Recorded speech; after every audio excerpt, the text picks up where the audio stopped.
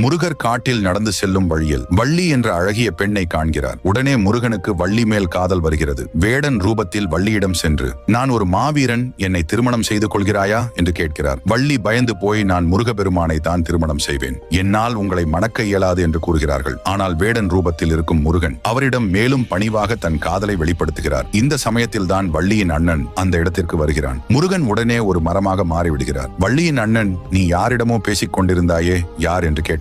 ஆனால் வள்ளி யாரும் இல்லை என்று கூறிவிடுகிறார்கள். வள்ளியின் அண்ணன், இந்த மரம் இங்கே இல்லையே, இது என்ன புதிதாக இருக்கிறது என்று கேட்டான். வள்ளி, எனக்கு ஒன்றும் தெரியவில்லை என்று கூறுகிறார்கள். உடனே வள்ளியின் அண்ணன் ஒரு கோடாரியை எடுத்து அந்த மரத்தை வெட்ட செல்கிறான். முருகருக்கு என்ன செய்வது என்று தெரியவில்லை. இதை அனைத்தையும் பரலோகத்திலிருந்து கண்டு கொண்டிருந்த விநாயகர் அந்த இடத்திற்கு ஒரு பாலகனாக தோன்றி, மரத்தை ஏன் வெட்டுகிறீர்கள், அதுவும் ஒரு உயிர்தானே என்று கூறுகிறார். வள்ளியின் அண்ணனும் இதை கேட்டு, என்னை மன்னித்து விடு பாலகா என்று கூறி அந்த இடத்தை விட்டு அண்ணனுடன் வள்ளி செல்கிறார். முருகன் உருமாறி, அண்ணா, நீங்கள் செய்த